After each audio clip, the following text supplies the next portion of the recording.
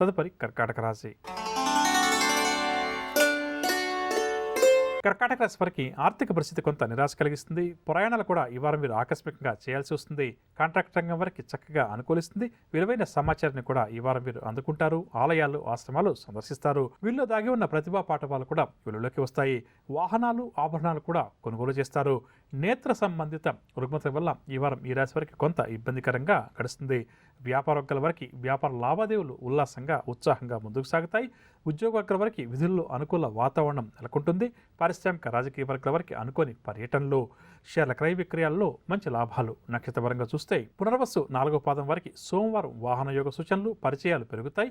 గురువారం దుబారా ఖర్చులు అధికంగా ఉంటాయి కావున ఖర్చులను నియంత్రించుకోవడం మంచిది. అదేవిధంగా విలువైన వస్తువులు కూడా చేజారే పరిస్థితి కనిపిస్తుంది కాబట్టి జాగ్రత్త వహించాలి. పుష్యమి వారికి బుధవారం వివాదాలు అధికమవుతాయి.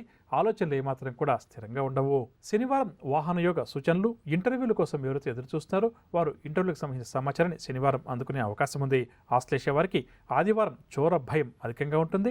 మానసిక అశాంతి కూడా అధికంగా ఉంటుంది. శుక్రవారం విందు వినోదాల్లో పాల్గొంటారు. కార్యజయం కూడా ఉంటుంది. ఇక కర్కాటక రాశి వారు ఎవరైతే తూర్పు దిశ వైపు ఈ వారం ప్రయాణం చేస్తారో వారు అనుకూల ఫలితాలు సాధిస్తారు. పరిహారాల విషయానికి వస్తే హయగ్రీవ స్వామివారిని పూజించడం, హయగ్రీవ స్తోత్రాలు పఠించడం చాలా మంచిది. తదుపరి సింహరాశి. సింహరాశి వారు చిన్ననాటి స్నేహితులను కలుసుకుంటారు. పరిచయాలు కూడా వీరికి పెరుగుతాయి. అందరిలో వీరంటే ఏమిటి అని చెప్పి నిరూపించుకుంటారు. వాహనాలు, స్థలాలు కూడా కొనుగోలు చేస్తారు. కాంట్రాక్ట్ రంగం వారికి కాంట్రాక్టులు దక్కుతాయి. చేపట్టిన కార్యక్రమాలన్నీ కూడా సకాలంలో పూర్తి చేస్తారు. గృహ నిర్మాణ ప్రయత్నాలు కూడా ముమ్మరం చేస్తారు.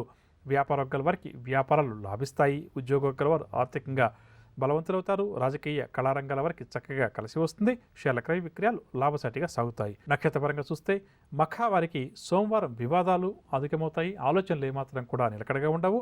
గురువారం విందు వినోదాల్లో పాల్గొంటారు. ఏవైతే కార్యక్రమాలు ప్రారంభం చేస్తారో గురువారం విజయాలు సాధిస్తారు. పుబ్బా వారికి మంగళవారం కొన్ని కీలక నిర్ణయాలు తీసుకోవాల్సిన సందర్భం ఎదురవుతుంది. ఉద్యోగ లాభ సూచనలు. శుక్రవారం వివాదాలు, అదేవిధంగా ఉద్యోగ ప్రయత్నాలు కూడా మందగిస్తాయి. ఉత్తరం 1వ పాదం వారికి సోమవారం అనారోగ్య సమస్యలు, కుటుంబ సమస్యలు అధికమవుతాయి. బుధవారం మీరు శుభవార్తలు అందుకుంటారు. ఉద్యోగ లాభ సూచనలు. ఇక సింహరాశి వారు ఎవరైతే దక్షిణ దిశ వైపు ప్రయాణం చేస్తారో వారు అనుకూల ఫలితాలు సాధిస్తారు. పరిహారాల విషయానికి వస్తే హనుమాన్ చాలీసా ప్రతి నిత్యం పఠించడం ఈ రాశి వారికి ఈ వారం అంతా కూడా చాలా మంచిది. తదుపరి కన్యారాశి. కన్యారాశి వారు సన్నిహితులతోటి ఈ వారం ఆనందంగా గడుపుతారు. అంచనాలన్నీ కూడా నిజమవుతాయి. ఆర్థిక పరిస్థితి గతం కంటే కూడా ఈ వారం మెరుగ్గా ఉంటుంది. కాంట్రాక్ట్ రంగం వారికి కొత్త కాంట్రాక్టులు లభిస్తాయి. భూములు, వాహనాలు కొనుగోలు చేయడానికి కూడా ఈ వారం గ్రహస్థితి వీరికి అనుకూలంగా ఉంది. శత్రువులు స్నేహితులుగా మారుతారు. పుణ్యక్షేత్రాలు కూడా ఈ వారం వీరు సందర్శిస్తారు. చర్మ సంబంధిత రుగ్మతల వల్ల కొంతవరకు అనారోగ్య సమస్యలు కూడా తలెత్తే అవకాశం ఉంది కాబట్టి ఆరోగ్యం పట్ల కొంత శ్రద్ధ వహించడం, ప్రధానంగా చర్మ సంబంధిత రుగ్మతల పట్ల జాగ్రత్త వహించడం చాలా మంచిది. వ్యాపార వర్గాల వారు వ్యాపారాలు విస్తరిస్తారు. ఉద్యోగ వర్గాల వారికి ఇంక్రిమెంట్లకు సంబంధించిన సమాచారం అందుతుంది. రాజకీయ, పారిశ్రామిక రంగాల వరకు ఊహించినటువంటి సన్మానాలు, షేర్ల క్రయ విక్రయాల్లో మంచి లాభాలు. అమ్మా, అలాంటి వాళ్ళది నిజమైన ప్రేమ కాదు, అది వ్యామోహం. ఎగ్జాక్ట్లీ చిన్నత్త. నిజంగా ప్రేమించుకున్న వాళ్ళు అలా చేయరు. ఎంత మనసు విరిగిపోతే కన్న కూతుర్ని పట్టుకొని మా దృష్టిలో చచ్చిపోయా ఉంటుందా తల్లి? అది సరే అమ్మా, తన కూతురుతో తన మాట అనేటప్పుడు ఆమె మాటల్లో వ్యథ, కళ్ళల్లో బాధ గమనించావమ్మా?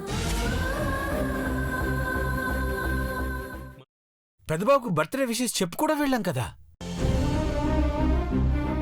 ఊరికే ఎలా కాలిపోతుంది? మంట పెడితేనో పడితేనో తగలబడుతుంది.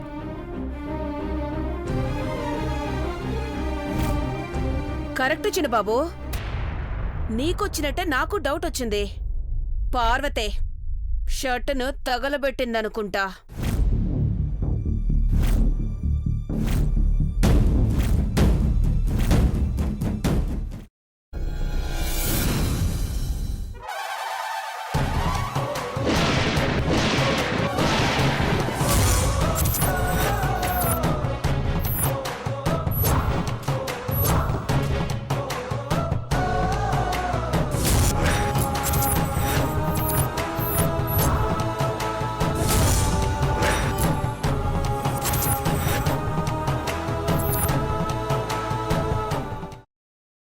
తర్వాత పొట్టు తీసేసి చాప్ చేసి పక్కన పెట్టుకోవాలి.